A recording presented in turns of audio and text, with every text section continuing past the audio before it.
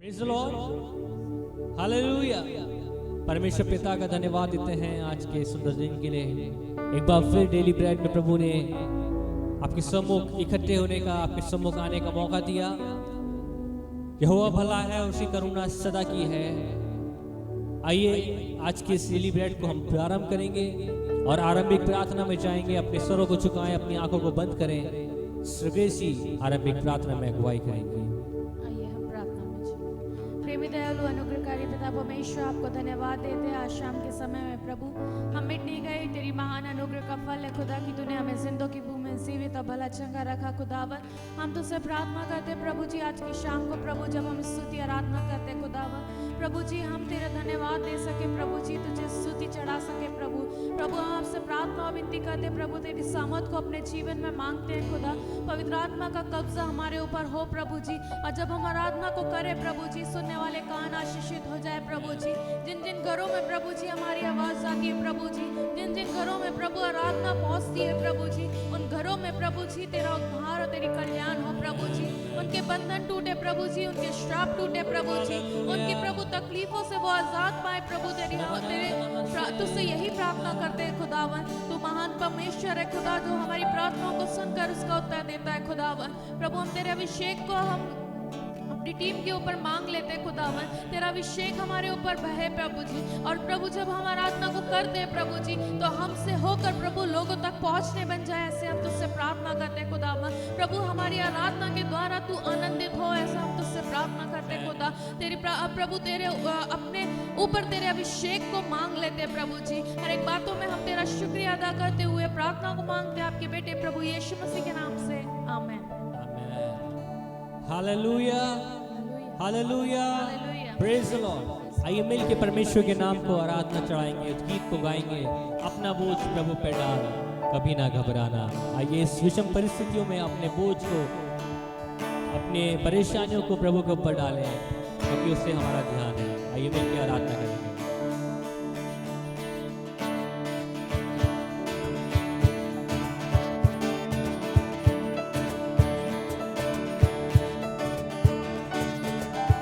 अपना बोझ प्रभु पर डाल, कभी ना घबराना,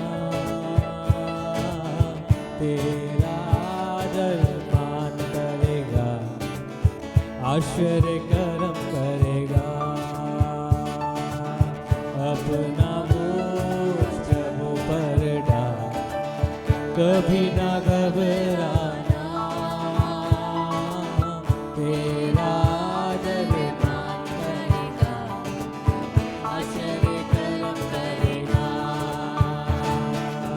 माता पिता यदि छोड़ देवे, वो तो गले से लगाएगा। गाइए, माता पिता यदि छोड़ देवे, वो तो गले से लगाएगा। अपना बोझ प्रभु पर डाल, कभी ना घबराना, तेरा आदर मान करेगा। ओ आश्चर्य कर्म करेगा। ओ अपना बोझ प्रभु पर, कभी ना घबराना, तेरा आदर मान करेगा, आश्चर्य कर्म करेगा। माता पिता यदि छोड़ देवे, वो तो गले से लगाएगा। गाइए मिलके, माता पिता यदि छोड़ देवे, वो तो गले से लगाएगा। अपना बोझ प्रभु पर डाल, कभी ना घबराना, तेरा आदर मान करेगा, आश्चर्य कर्म करेगा। ओ प्रभु हमारे साथ रहे, सामना कौन कर पाएगा। प्रभु हमारे साथ रहे, सामना कौन कर पाएगा।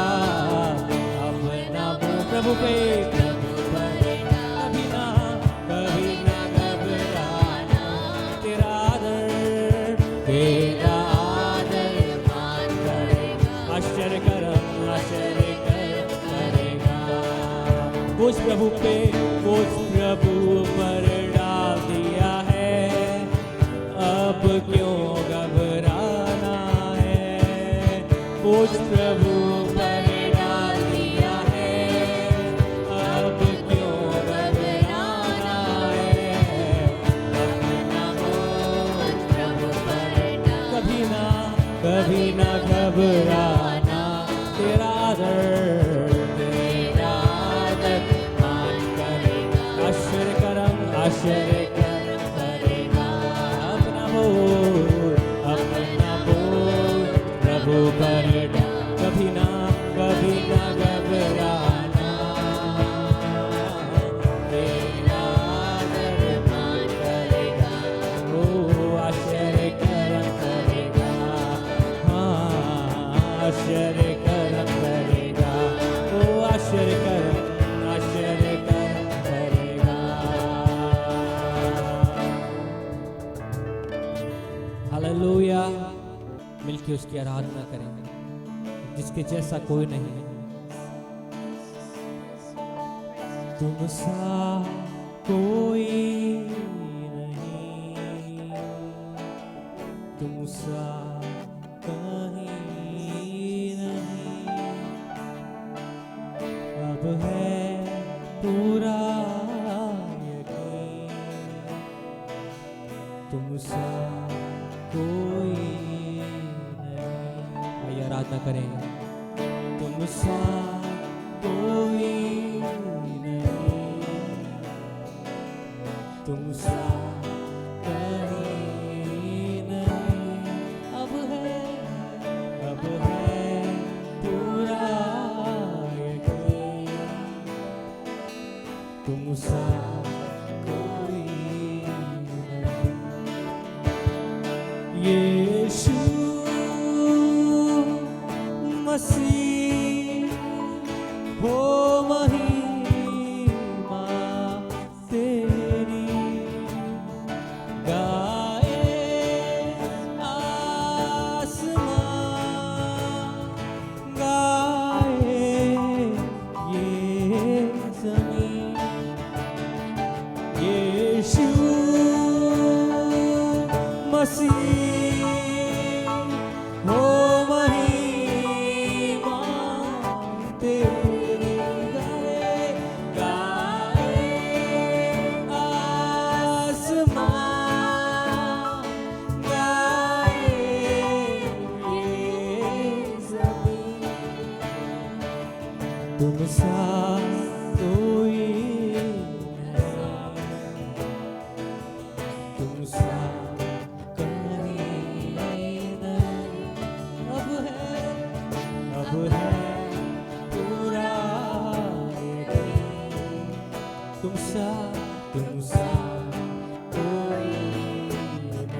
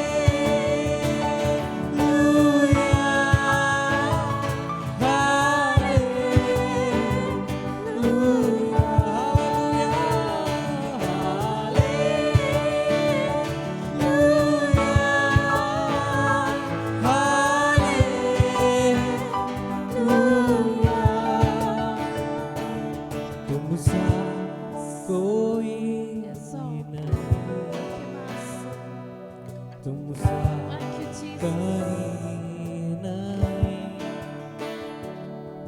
अब है पूरा यकीन, तुमसा कोई नहीं, अब है पूरा यकीन, तुमसा कोई नहीं,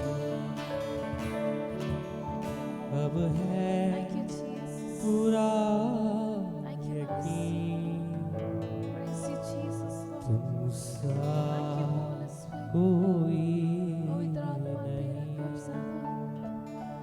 धन्यवाद देते हैं परमेश्वर इस सुंदर समय के लिए, तेरी दया और तेरी करुणा के लिए प्रभु। आज के इस डेली ब्रेड को हम तेरे हाथों में सौंपते हैं प्रभु। खुदा जो आराधना हमने चढ़ाई हो तुझे ग्रहण योग्य हुई है प्रभु, ऐसा हम विश्वास करते हैं खुदा। कितने लोग इस समय हमारे साथ जुड़े हुए हैं खुदा, हर एक के तुझसे आशीष और बरकत चाहता हूँ, हर एक के तुझसे दया चाहता हूँ, हर एक के परिवारों में तेरी शांति तेरा आनंद होने पाए प्रभु जी।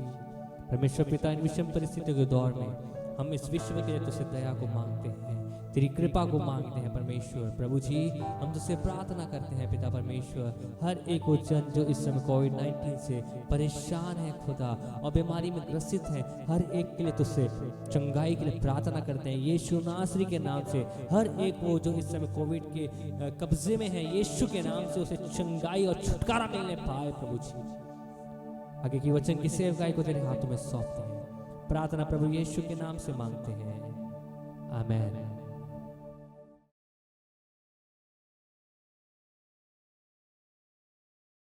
Praise the lord. प्रभु यीशु मसीह के मधुर और मीठे नाम में Mount Carmel church Ajmer YouTube channel से जुड़े हुए तमाम सब्सक्राइबर्स दर्शकों को जल्द आने वाले प्रभु यीशु मसीह के मधुर मीठे नाम में डेली ब्रेड कार्यक्रम में एक और बार आपका अभिनंदन करता हूं, आपका स्वागत करता हूं। आशा करता हूं आप दिन भर अच्छे रहे होंगे। परमेश्वर ने आपको इस कोविड-19 से महामारी से बचाकर अपनी पनाह में रखा है, आपके आंखों को आंसुओं से और आपके पाँव को ठोकर खाने से बचाया है।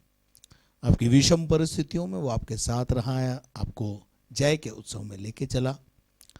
और अभी थोड़ी देर पहले हमने बहुत एक अच्छी आराधना को प्रस्तुत किया परमेश्वर के सम्मुख, और अब आप तैयार हैं परमेश्वर का वचन, जो परमेश्वर के वचन से समझने और सीखने के लिए है। तो आइए हम परमेश्वर के वचन की ओर बढ़ेंगे और परमेश्वर के वचन में से मत्ती रचित सुसमाचार और उसका 8वां अध्याय और उसके 28 पहला पद और उसके 28 पद से लेकर 34 पद तक हम पढ़ेंगे और ध्यान पूर्वक इस बात को सुनेंगे, और उसके बाद इसी में से कुछ बातों को परमेश्वर के वचन से हम समझेंगे और सीखेंगे। जब वह उस पहाड़ से उतरा तो एक बड़ी भीड़ उसके पीछे हो ली। जब वह उस पार गदरेनियों के देश में पहुंचा तो 2 मनुष्य जिनमें दुष्ट आत्माएं थी कब्रों से निकलते हुए उसे मिले।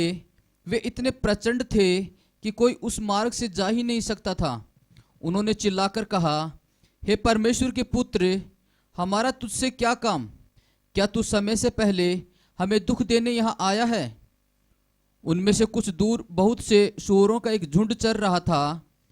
दुष्ट आत्माओं ने उससे यह कहकर विनती की, यदि तू हमें निकालता है तो सूअरों के झुंड में भेज दे।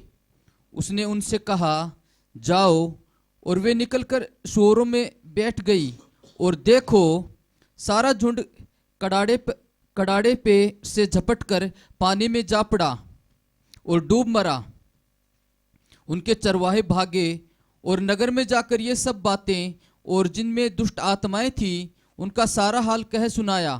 तब सारे नगर के लोग यीशु से भेंट करने को निकल आए और उसे देखकर विनती की कि हमारी सीमा से बाहर चला जा। Praise the Lord. यहाँ पर अपन देखते हैं, जैसा कल हमने देखा था कि यीशु मसीह झील के उस पार गरासनियों के देश में जाने के लिए रवाना हुआ। और अगर दूसरे दृष्टिकोण से हम देखें तो जब भी हम कोई एक बड़े सेवकाई की ओर बढ़ते हैं या हमारे जीवन से परमेश्वर की एक बड़ी महिमा होने वाली होती है, तो उससे पहले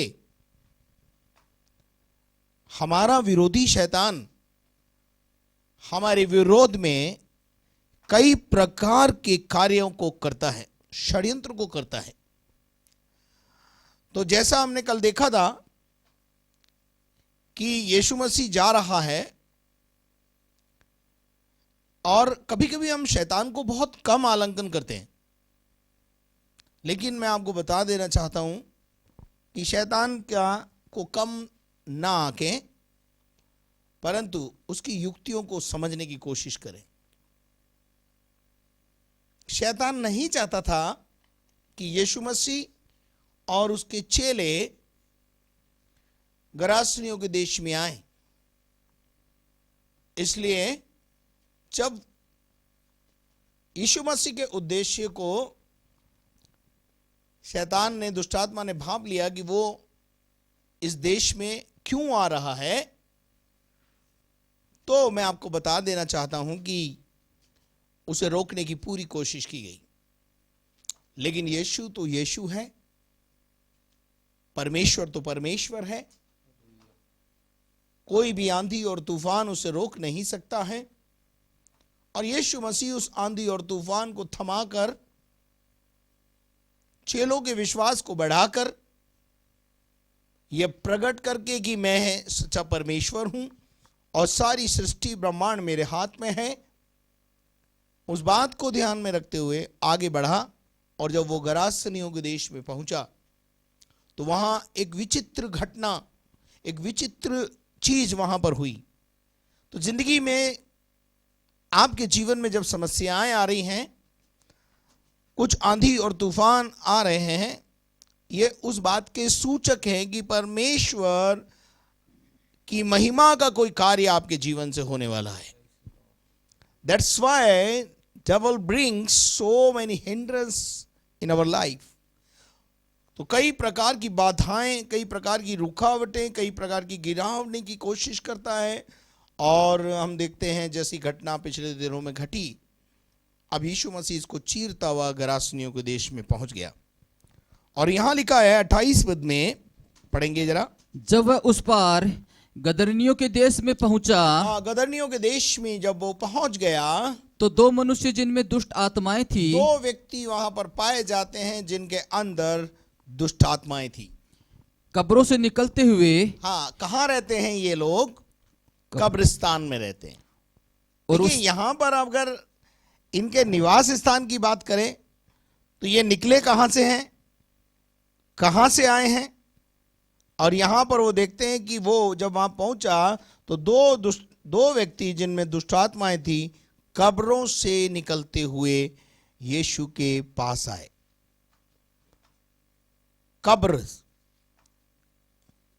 कब्रिस्तान का अर्थ क्या है, पहले हम इस बात को समझ लें। ये दोनों आदमी मरे हुए नहीं हैं, जीवित हैं,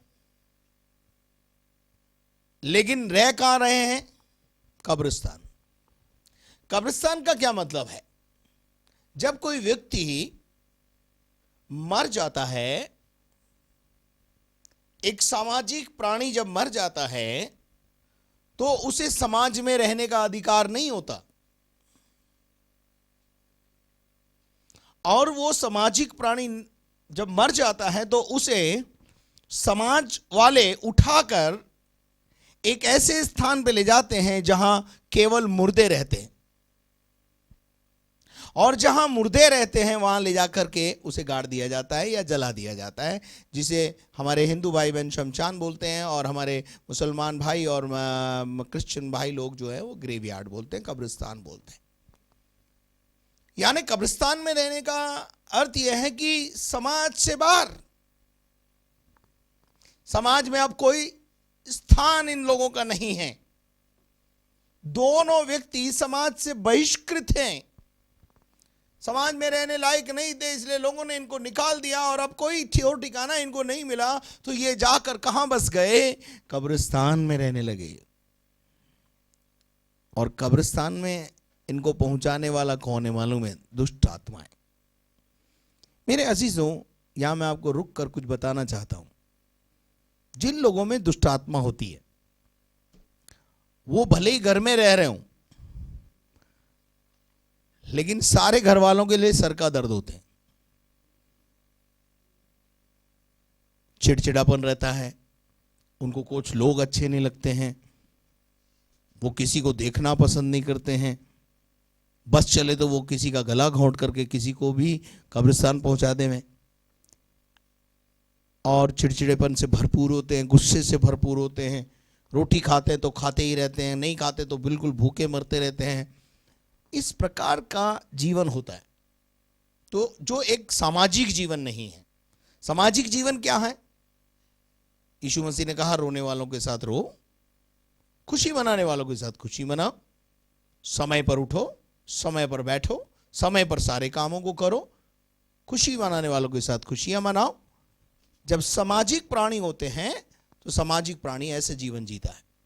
लेकिन जो सामाजिक नहीं होता है उसको समाज से कोई लेना देना नहीं है, क्योंकि उसके अंदर दुष्ट आत्माएं काम करती है। और यहां हम देखते हैं कि ये दोनों व्यक्ति, यहां लिखा है, जो इतने प्रचंड थे कि कोई उस मार्ग से आ जा नहीं सकता। दूसरों के लिए खतरा।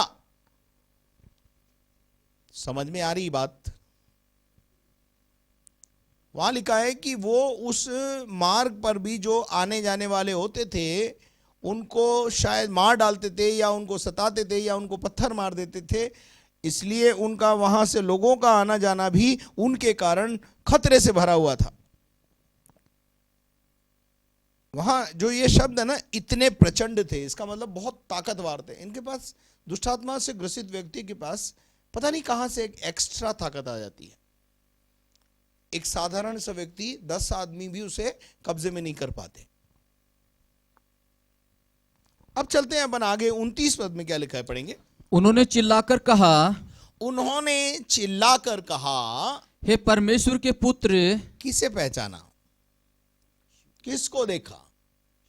उन्होंने किसको देखा? उन्होंने यीशु को देखा, और यीशु के साथ उनके चेलों को देखा। जो कल तक अल्प विश्वासी थे, आज विश्वास उत्साह से भरे हुए हैं, उनको देखा। और जब उनको देखा, यीशु को देखा, तो तुरंत पहचान लिया। क्या पहचाना? आज बहुत सारे लोग हैं जो यीशु को नहीं पहचानते हैं, लेकिन दुष्टात्मा यीशु को पहचानती है। शैतान यीशु मसीह को पहचानता है। शैतान यीशु मसीह को क्यों मरवा देना चाहता था? यीशु मसीह को वो मरवा इसलिए देना चाहता था कि वो नहीं चाहता था कि मानव जाति के लिए यीशु मसीह कुर्बान हो। इसलिए वो जब यीशु मसीह पैदा हुआ तब से जो है, कभी कभी हेरोदेस के मन में समाया, कभी कहाँ समाया, कभी कहाँ समाया, और 2 साल के बच्चों का कत्लेआम हो गया, केवल इसलिए कि यीशु भी मारा जाए। परंतु पवित्र आत्मा की सामर्थ्य से यीशु मसीह बचाया गया। और यहां हम देखते हैं कि उसने दूर से पहचान लिया कि यीशु कौन है, और यीशु को क्या कह के संबोधित किया, पढ़ेंगे। हमारा तुझसे क्या काम, नहीं, हे परमेश्वर के पुत्र। क्या बोला? हे परमेश्वर के पुत्र। संबोधन आप देख रहे हैं किस प्रकार से संबोधन किया है। हे परमेश्वर के पुत्र, ओ सन ऑफ गॉड। यहूदी नहीं पहचान पाए। यहूदियों और इजराइलियों के बीच में यीशु मसीह रहा, शास्त्री और फरीसियों के बीच में रहा, जो मनुष्य थे, ज्ञान और आत्मा से परिपूर्ण थे। और अगर मैं आपको एक और बात यहां पर बताऊं कि ज्योतिष विद्या जानने वालों ने स्पष्ट रूप से उस अद्भुत तारे को देखकर यीशु के जन्म के दिन कह दिया था कि एक अद्भुत शक्ति इस धरती पर पैदा हुई है, शख्सियत पैदा हुई है। यीशु के जन्म के बारे में सब कुछ जो ज्योतिष विद्या में पहले से लिखा हुआ था उसको बोला, और यहां तक कि ज्योतिष लोग उसको दंडवत करने भी गए। बुद्धिमान लोगों ने जाकर सोना, मुर और लोबान जैसी चीजें चढ़ाकर राजा होने का एक प्रतीक वहां पर पेश किया। मेरे अजीजों, वो लोग उसे नहीं पहचान पाए, पर दुष्ट आत्मा बोल रही है, ओ परमेश्वर के पुत्र। दुष्ट आत्मा पहचानती, आप पहचानते हैं क्या? यीशु मसीह के विषय में शायद आपकी धारणा यह है कि वो कोई मरियम का बेटा है, यूसुफ का बेटा है और एक महापुरुष है। नहीं, अगर ये धारणा में आप जीवन जी रहे हैं तो आप यीशु मसीह को मांस और लहू से समझने की कोशिश कर रहे हैं। परंतु पतरस से जब यीशु मसीह ने ये बोला तो पतरस ने कहा, तू जीवते परमेश्वर का पुत्र मसीह है। और यीशु ने कहा, ये बात तुझ पर मांस और लहू से नहीं परंतु आत्मा से प्रकट हुई है। तो यहां पर हम देखते हैं कि दुष्टात्मा ने यीशु को परमेश्वर का पुत्र कह के संबोधित किया और क्या कहा? हमारा तुझसे क्या काम? देखो भाई, हमारा तुझसे कोई लेना देना नहीं, हमारा तुम्हारा से कोई काम काज नहीं है। Why are you here? तू यहां क्यों आया है? तेरा यहां क्या काम है? इस कब्रिस्तान में हम रहते हैं, हमें रहने दे। हमने इन दोनों की जिंदगियों के अंदर अपना बसेरा बना रखा है, हमें बसा रहने दे। कौन रिक्वेस्ट कर रहा है? ये दोनों व्यक्ति रिक्वेस्ट नहीं कर रहे हैं, इन दोनों व्यक्तियों में पाए जाने वाली दुष्ट आत्माएं बात कर रही हैं। हालेलुया। मेरे अजीजों, कई बार जब दुष्ट आत्मा के केस वाले व्यक्ति मेरे पास आते हैं और मैं उन पर दृष्टि करके जब मैं बोलता हूं तो मैं उनको स्पष्ट बोलता हूं, मुझे इस बहन से बात नहीं करनी है, मुझे जो इसके अंदर आत्माएं हैं उनसे बात करनी है। और फिर आत्मा फड़फड़ाती हुई बाहर आती है और मुझसे बात करने लगती है। देखा होगा आपने, हमारे कार्यकर्ताओं ने ये सीन देखा है। और मैं दुष्ट आत्मा से बात करता हूं और उससे पूछता हूं, तू कौन है, कब से आई है, क्यों रह रही है, और वो सब कारण बताती है। और उसके बाद जब मैं बोलता हूं अब रवाना हो जाओ, तो रवाना भी होती है, कहना मानती है। क्यों? हम परमेश्वर के बेटे और बेटियां हैं। चलिए यहां पर अपन देखते हैं कि उसने कहा, हमारा तुझसे क्या काम? पढ़िए आगे। क्या तू समय से पहले हमें दुख देने यहाँ आया है? वो कह रही है कि तू समय से पहले हमें ये इसके अंदर से निकालने क्यों आया? हमारा समय आएगा, हम चले जाएंगे, लेकिन समय से पहले हमें मत निकाल, हमें निकालने आया है। तब क्या हुआ? उनसे कुछ दूर बहुत से सूअरों का एक झुंड चर रहा था। यीशु मसीह ने उस झुंड को देखा जो सूअरों का था, और क्या हुआ? दुष्ट आत्माओं ने उससे यह कहकर विनती की, दुष्ट आत्माओं ने उनसे ये यीशु से एक विनती की, यदि तू हमें निकालता है, यदि तुझे हमें निकालना ही है इसके अंदर से, तो सूअरों के झुंड में भेज दे। तो हमारी एक निवेदन है, हमारा एक प्रार्थना है कि तू हमें क्या कर, वो जो सूअरों का एक बड़ा झुंड है जो किसी गांव वाले का है, किसी गांव वालों का है, उसमें हमें भेज दे। हम छोड़ने को तैयार हैं ये बॉडी, लेकिन हमें बॉडी चाहिए दूसरी। दुष्ट आत्मा को हमेशा शरीर चाहिए होता है, ध्यान रखना।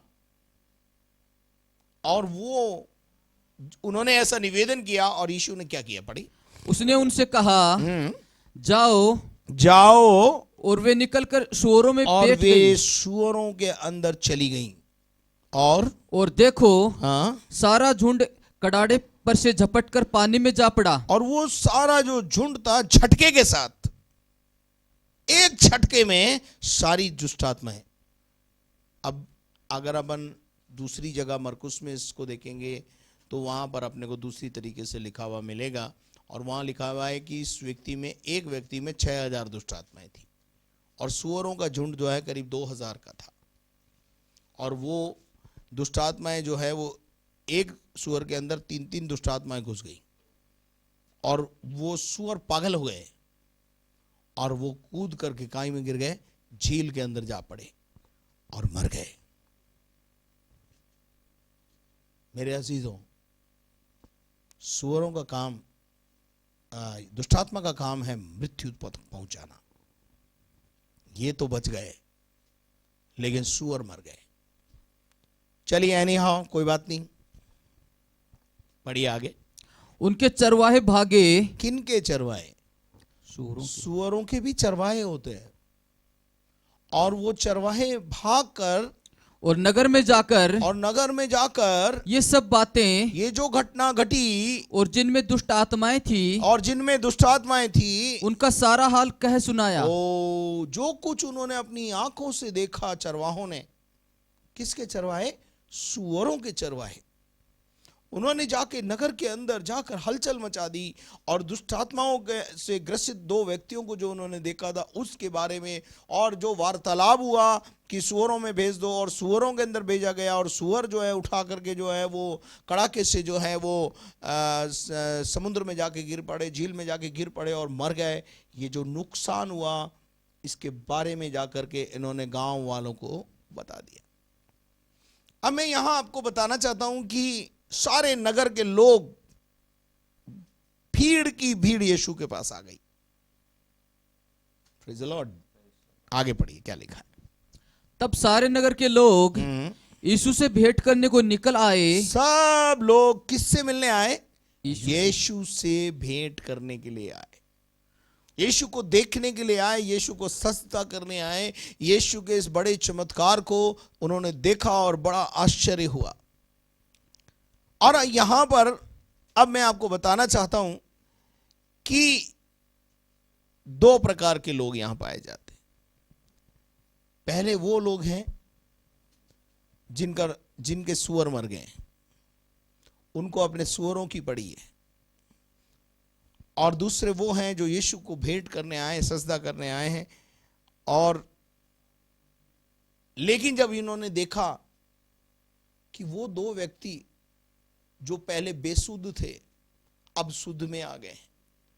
अगर इसको और अगर अपन अच्छी तरह से पढ़ेंगे तो दूसरे दृष्टांत जहां पे लिखा है वहां लिखा है वो नंगे रहते थे, साखलों से बांधे जाते थे, तब भी वो साखलों को तोड़ देते थे और नंगापन उनके जीवन में था। लेकिन जब यीशु से उनकी मुलाकात हुई तो वहां लिखा है उनको सचेत अवस्था में पाया, चेत अवस्था में पाया, और कपड़े पहने हुए बैठे हुए देखा, सलीके से बैठे हुए देखा। जो कुछ घटना वहां हुई थी उससे इन लोगों को, नगर के लोगों को क्या होना चाहिए था? आनंदित और मगन होना चाहिए था। जानवर मर गए तो, जानवर चले गए तो कोई बात नहीं भाई, ये तो बंदे ठीक हो गए ना, 2 बंदे ठीक हो गए, दुष्टात्मा से आजाद हो गए। परंतु गांव वालों को, समाज को कैसे लोग चाहिए? दुष्टात्मा से ग्रसित लोग ही चाहिए, जो उनको उस मार्ग से आने जाने पर पिटाई करें।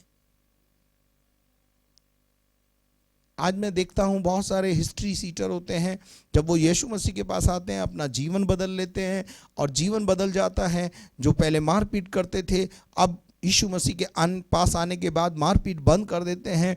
तो इस प्रकार का जब जीवन परिवर्तन होता है तब भी समाज उनसे खुश नहीं होता, तब भी उनके पास एक ही कमेंट्स होते, ओ ये तो ईसाई बन गए, ये तो चर्च जाने लग गया, ये हो गया वो हो गया। अरे तुम याद करो जब वो तुम्हें मारता था, पीटता था और तुम्हें सताता था, परेशान करता था, गाली गलौज करता था, चाकू चलाता था, छुरियां चलाता था, तब तुमको उससे कोई खतरा नहीं था। लेकिन आज अगर वो अपना जीवन बदल कर सचेत अवस्था में बैठे हुए हैं तो लोगों को जानवरों की चिंता है, लोगों को अपने पशुओं की ज्यादा चिंता है। मनुष्य से ज्यादा वैल्यूबल उनकी लाइफ में पशु है। मैं पशु हत्या के विरोध में हूं, लेकिन इसका अर्थ यह नहीं है कि हम इस प्रकार की हरकत करें कि एक मनुष्य अच्छा हो गया, उस बात को भूल गए, धन्यवाद का विषय था वो भूल गए, जोखिम से भरा हुआ वो रास्ता था, आज ये आजाद हो गए, अब वहां पर रात बिरात कभी भी आओ जाओ कोई परेशानी नहीं होगी इनको। लेकिन वो परेशानी ये बर्दाश्त करने को तैयार हैं, परंतु 1-2 आदमी ठीक हो गए, इस बात के लिए उनके मुंह से धन्यवाद नहीं निकल रहा है। अच्छा, धन्यवाद नहीं निकल रहा तो क्या निकल रहा है जरा देखते हैं। आइए क्या कहा उन लोगों ने जो भीड़ नगर से आई थी और इस आश्चर्यकर्म को देख करके चकित हो गई। उसके बाद सूअरों की जो नुकसान हुआ उस विषय को देख करके इन गांव और नगर के लोगों ने यीशु के साथ कैसा बर्ताव किया वो देखते हैं। और उसे देखकर विनती की और यीशु से विनती करके कहा कि हमारी सीमा से बाहर चला जा, हमारे सीवानों से बाहर चला जा, हमारे गांव से बाहर चला जा, हमारे नगर में तेरी जरूरत नहीं है। तो किसकी जरूरत है आज? लुटेरों की? आपको आज एक बचाने वाले की जरूरत है, एक सुधारक की जरूरत है, या एक लुटेरे और बर्बाद कर देने वाले की जरूरत है? आप किसको पसंद करते हैं मेरे अजीजों? इस यीशु मसीह से जब उन्होंने कहा कि गांव से बाहर चले जाओ, क्या गुजरा होगा मेरे मसीह के ऊपर? लूका रचित सुसमाचार 8वां अध्याय के अंदर भी हम इस बात को पाते हैं कि वहां पर हम ये गांव वाले इसी प्रकार से इसी दृष्टांत को यहां पर जब उसने कहा है तो उसने कहा हमारे गांव से बाहर चले जाओ, हमारे यहां से चला जा। इस प्रकार का शब्द इस्तेमाल किया है लूका में, हमारे यहां से चला जा। 8:37 पढ़ेंगे यहां। तब गिराशिनियों के आसपास के सब लोगों ने यीशु से विनती की कि हमारे यहाँ से चला जा, हाँ। क्योंकि उन पर बड़ा भय छा गया था। और यीशु मसीह ने उनकी बात को मान लिया और यीशु मसीह वहां से अतः वह नाव पर चढ़ा चढ़कर लौट गया। ये व्यक्ति जो ठीक हुआ था ना, ये भी यीशु के साथ लौट जाना चाहता था, ये भी यीशु के पीछे हो लेना चाहता था। परंतु जब उसने आकर यीशु से कहा मैं तेरे पीछे हो लेना चाहता हूं, तब यीशु मसीह ने उससे कहा नहीं, अपने नगर में जाओ, गवाह बन, बता समाज को तेरे लिए मैंने क्या किया है। यीशु मसीह की केवल जीवन परिवर्तन की यही एक फीस है, what he does for us.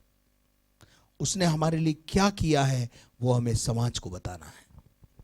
और यहां हम देखते हैं कि यीशु मसीह ने को लोगों ने अपने सिवानों में जगह नहीं दी, अपने गांव में जगह नहीं दी, अपने नगर में जगह नहीं दी। आज शाम भी मैं जो सुनने वाले सब्सक्राइबर्स हैं, दर्शक हैं, उनसे कहना चाहता हूं, क्या आपके दिल में यीशु मसीह के लिए जगह है? क्या आपके घर में यीशु मसीह के लिए जगह है? क्या आपके खानदान और आपके परिवार में यीशु मसीह के लिए आपने कोई जगह बनाई है? या आप भी चमत्कार पाने के बाद, ठीक हो जाने के बाद, आप भी कई बार यीशु मसीह को विदा कर देते हो? बहुत सारे लोग आकर मुझे बोलते हैं भाई साहब हम ठीक हो गए, अब ये बाइबल आप पकड़ो, हमें अब इसकी जरूरत नहीं है। आपको यीशु की जरूरत नहीं है?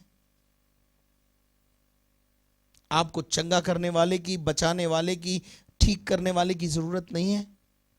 आज मैं आपको बताना चाहता हूं, बहुत सारे लोग हैं जो कलीसिया में आए लेकिन उन्होंने अपने सिवानों से, अपनी जिंदगी से यीशु मसीह को धकेल दिया है। उनमें से आप में से भी कितने ही होंगे जो सुन करके अनसुनी करेंगे। आज भी जो धकेला हुआ है वो धकेला हुआ ही रहेगा आज के बाद भी। आज भी आप ये कहने को तैयार नहीं है, हाँ प्रभु मेरे सिवानों में आ, मेरे जीवन में आ, मेरे परिवार में आ, मुझे तेरी जरूरत है, क्योंकि तेरे बिना मेरा जीवन अधूरा है। They deny Christ। हमारे सिवानों से चला जा, हमारे जीवन में तेरे लिए कोई स्थान नहीं है। लूका रचित सुसमाचार 9 अध्याय और उसके 53 पद को अगर अपन पढ़ें तो वहां पर भी हमें ऐसा ही एक वृत्तांत दिखाई देता है। यीशु उस गांव में उतरना चाहता है, यीशु उस गांव में रहना चाहता है, यीशु उस गांव में स्टे करना चाहता है, यीशु आपकी जिंदगियों में रहना चाहता है। But you have no place. परंतु उन लोगों ने क्राइस्ट 53 पद में लिखा है, परंतु उन लोगों ने उसे उतरने न दिया, यीशु को उतरने नहीं दिया। परंतु उन लोगों ने यीशु को अपनी जिंदगी में, अपने गांव में उतरने नहीं दिया। यहां जब यीशु आया तो सिवानों से धकेल दिया। कुछ लोग तो उतरने ही नहीं देते अपने जीवन में और कुछ उतार के धकेल देते हैं। मैं नहीं जानता आप किस कंडीशन में हैं, परंतु आपका मन आपको बताएगा, पवित्र आत्मा आपको बताएगा कि आप किस कंडीशन में आज शाम पाए जाते हैं। मेरे अजीजों, लूका रचित सुसमाचार 4 अध्याय और उसके 29 पद को भी अगर अपन पढ़ेंगे तो वहां भी कुछ ऐसा ही दृष्टांत वृत्तांत मिलता है। 28 पद को पढ़ें। ये बातें सुनते ही जितने आराधनालय में थे, अब यहां पर बहुत सारे लोग आराधनालय में थे, सब क्रोध से भर गए थे।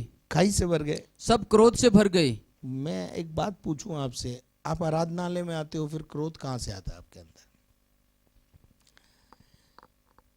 हेलो,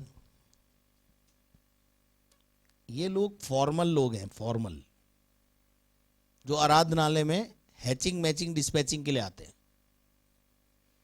काय के लिए आते हैं? हाजी साहब गड़ेंगे कहाँ, मरेंगे तो चलो इसलिए कलीसिया जाना है। ये है हालात। तो आपको क्रोध नहीं आएगा तो क्या आएगा? क्रोध आ गया इनको। क्यों? यीशु मसीह ने कुछ ऐसी बातें बोली जो ऊपर लिखी हुई हैं। आप ऊपर पढ़ लीजिएगा, समय नहीं है मेरे पास कि मैं ऊपर की बातें पढ़ाऊं। लेकिन जब यीशु मसीह आराधनालय में प्रचार कर रहा था, बातें कर रहा था, सब लोग उसकी टकटकी लगाकर सुन रहे थे और कुछ लोग ऐसे थे जो भुन गए, क्रोध से भर गए, क्योंकि कुछ बातें प्रचार की आपको भी अच्छी नहीं लगती, मुझे पता है। खास तौर से मेरी तो सुनना ही नहीं चाहते। पास्टर राजेंद्र डेविड को कौन सुने? हाँ जी, ये तो जब देखो जब पवित्रता की बात करता है, परमेश्वर के वचन का हथौड़ा चलाता रहता है, हमसे कभी उत्साह वाली बात या पपोलने वाली बात नहीं करता है। तो मैं आपको बताना चाहता हूं, यहां पे लिखा है वे क्रोध से भर गए और उठकर उसे नगर से बाहर ले गए। ऐसा लिखा है, पढ़िए अब। और उठकर उसे नगर से बाहर निकाला। और उसे उठकर बदतमीजी की लोगों ने यीशु मसीह के साथ।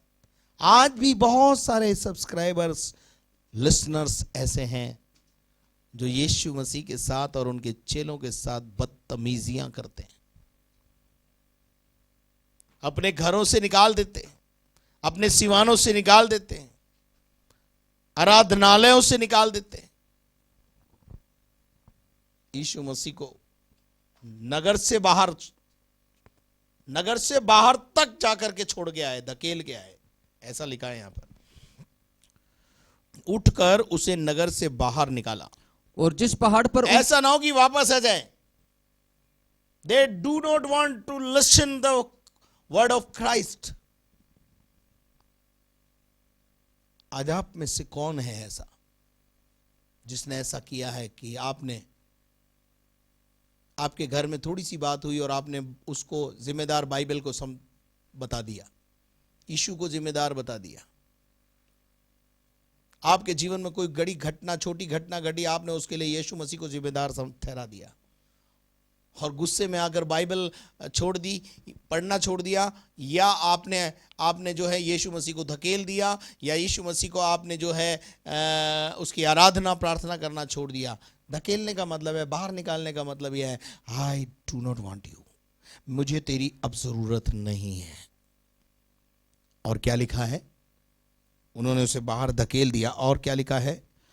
और जिस पहाड़ पर उनका नगर बसा हुआ था, और जिस पहाड़ पर उनका नगर बसा हुआ था, उसकी चोटी पर ले चले। उसकी चोटी पर उसे ले चले, ताकि कि उसे वहां से नीचे गिरा दे। वहां से उसे क्या कर दे? नीचे गिरा दे, उसे नुकसान पहुंचाए।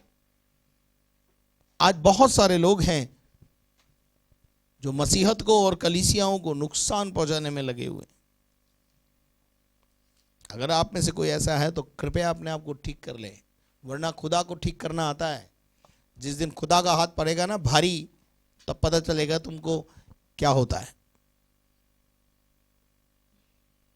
मेरे अजीजों, लूका रचित सुसमाचार 23वां अध्याय और उसके 18 पद को पढ़ें।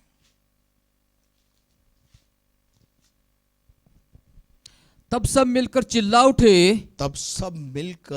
उठे, इसका काम तमाम कर। किसका?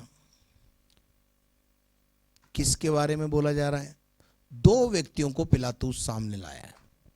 सुनना ध्यान से, ऊपर पढ़ लेना, पता चल जाएगा। 23वें अध्याय में पिलातुस इस मनसा से दो आदमियों को सामने लाया कि एक तो यीशु को लाया और एक बरअब्बा को लाया। यीशु कौन है? बचाने वाला, छुड़ाने वाला। बरअब्बा कौन है? गुंडा, आतंकवाद, आतंक मचाने वाला, शांति का राजकुमार और आतंकवादी दोनों सामने खड़े हैं। पिलातुस ने उनसे एक ऑफर दिया, मुझे अधिकार है कि इस पर्व के ऊपर मैं एक व्यक्ति को तुम्हारे लिए रिहा कर सकता हूं। बोलो, तुम्हारे लिए यीशु को छोड़ूं या बरअब्बा को छोड़ूं, शांति के राजकुमार को छोड़ूं या आतंकवादी को छोड़ूं? तो लोगों ने क्या चिल्ला कर कहा, इसे का मतलब किसको? यीशु को। कहां पर चढ़ा दे? क्रूस पे चढ़ा दे। पढ़ो ब्रदर। परंतु उन्होंने चिल्लाकर कहा, उसे क्रूस पर चढ़ा। इस व्यक्ति को क्रूसीफाई कर, शांति के राजकुमार को क्रूसीफाई कर, और हमारे लिए, पढ़ो, बरअब्बा को छोड़ दे। हमारे लिए आतंकवादी को छोड़ दो। आज पूरा विश्व आतंक में फंसा हुआ है। हमारे बाप दादों ने हमारे लिए आतंकवाद मांगा था, तो आज जब आतंकवाद है तो उससे ज्यादा परेशान होने की जरूरत नहीं है। हमारे बाप दादों ने मांगा तो मिल गया, और आज पूरा विश्व आतंकवाद से निपटने के लिए परेशान है। आतंकवादी का कोई उद्देश्य नहीं होता है, डाकू का कोई उद्देश्य नहीं होता है। डाकू प्रेम नहीं करता है, आतंकवादी प्रेम नहीं करते हैं। उनका उद्देश्य है मारकाट करो, बस डराओ, धमकाओ, बर्बाद करो, देश को बर्बाद करो। मेरे अजीजों, आज उस शांति के राजकुमार को क्रूस पे चढ़ाने के लिए कौन बोल रहे हैं? वही लोग। सीवानों से निकाल दिया। मैं आपको बताना चाहता हूं, बड़ा दुख का विषय है ये। लेकिन आज शाम जिन सामरी लोगों ने यीशु मसीह को अपने यहां 2 दिन ठहरने के लिए मना कर दिया था, 2 दिन नहीं, 1 रात ठहरने के लिए मना कर दिया था, वो सामरी यीशु मसीह के व्यवहार की वजह से एक ट्रांसफॉर्मेशन हुआ। वो मिलता है हमें यूहन्ना के 4थे अध्याय में। एक सामरी औरत के द्वारा पूरे गांव को पलट दिया। एक सामरी औरत यीशु मसीह को पनघट पर मिली, और जब पनघट पर जब वो मिली तो उसने कहा कि मैं पानी पिलाने की बात हुई। यीशु ने उससे कहा, मुझे पानी पिला। उसने कहा, तू यहूदी है और मैं सामरी हूं, एक बड़ा अंतर हमारे और तेरे बीच में है। तू मुझसे पानी मत मांग, अगर तू मुझसे पानी मांगेगा लोग क्या कहेंगे? मेरे अजीजों, यीशु मसीह ने उसे तुरंत कहा, यदि तू परमेश्वर के वरदान को जानती तो तू मुझसे बोलती कि मैं तुझे पानी पिलाता और फिर तुझे कभी प्यास नहीं लगती। और इस प्रकार से बातचीत करते करते यह औरत का पिटारा, पाप का पिटारा यीशु मसीह ने खोल दिया। इसके जीवन के अंदर एक परिवर्तन आया। बाइबल बताती है वो अपना घड़ा छोड़कर गांव में गई और जाकर गांव वालों से कहा, जो गुनाह मैंने किए, जो गुप्त थे, उनके बारे में, जिनके बारे में कोई नहीं जानता था, एक व्यक्ति है जिसने मेरे को ये सब कुछ बता दिया। और वो जाकर जब वहां पर भाग करके गांव वाले सारे पनघट पर आए, और पनघट पर आने के बाद उन्होंने यीशु से क्या कहा वो मैं आपको बताना चाहता हूं। 39 और 40 पद को पढ़ें, 4 अध्याय के 39-40 पद को पढ़ें। उस नगर के बहुत से सामरियों ने, उस नगर के बहुत सारे सामरी लोगों ने उस स्त्री के कहने से यीशु पर विश्वास किया। उस स्त्री के कहने से विश्वास किया, क्योंकि उसने ये गवाही दी थी, उसने गवाही दी, उसने सब कुछ जो कुछ मैंने किया है आगे मुझे बता दिया है। आगे इसलिए जब ये सामरी उसके पास आए, अब ये सामरी उसे देखने के लिए आए और मिलने के लिए आए। ये सामरी जो उसे एक रात ठहराने के लिए तैयार नहीं थे, उनको उतरने नहीं दिया था, अब वही सामरी क्या कहने पड़ी, तो उससे विनती करके कहने लगे उससे विनती करके कहने लगे कि हमारे यहाँ रह। हमारे यहाँ रह। मैं आपसे पूछना चाहता हूं, आज आप दो कैटेगरी के बीच में हैं। आप कौन सी कैटेगरी में हैं? सिवानों से धकेलने वाली या अपने सिवानों में लेने वाली? अब ये सामरी लोग यीशु से क्या कह रहे हैं? हमारे यहां रह। स्टे कर, हमारे यहां रह, हमें तेरी जरूरत है। यीशु मसीह बचाने आया है, छुड़ाने आया है, मारने नहीं आया है। और यीशु मसीह ने उनकी विनती को स्वीकार किया और उसके बाद क्या लिखा है? सो वह वहां, अतः वह वहां 2 दिन तक रहा। कितने दिन? 2 दिन तक। 2 दिन तक रहा। मेरे अजीजों, हमारे जीवन में वो रहना चाहता है। हालेलुया। तो प्रभु आपकी मदद करे कि आप सदा उसे अपने सिवानों में बनाए रखें। आइए हम अपनी आंखों को बंद करें, प्रार्थना करें।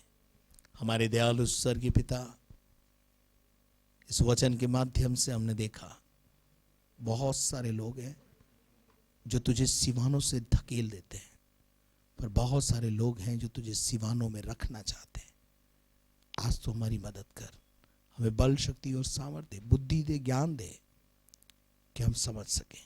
पिता, हम प्रार्थना करते हैं इस समय विशेष तौर से इस वचन के द्वारा तो हमें आशीष दे। जो लोग बीमार हैं प्रभु, उनके छुटकारे, चंगाई के लिए घोषणा करते हैं। प्रार्थना करते हैं प्यारे खुदावन परमेश्वर, इस समय विशेष तौर से जिनके आज जन्मदिन है और जिनके आज मैरिज एनिवर्सरी, उन्हें आशीष दे। सबके साथ हो, सहायता कर। सारा आदर, मान, सम्मान, गौरव तुझे देते। प्रार्थना को आपके पुत्र हमारे जिंदा खुदावन यीशु मसीह के नाम से मांगते हैं, आमीन। और अब हमारे खुदावंद यीशु मसीह का फजल, खुदा बाप की मोहब्बत, पाक रूह की रिफाकत और शराकत अब से लेकर हमेशा तक हम सबों के साथ हमेशा तक होती रहे। और हम सब बोले आमीन, आमीन।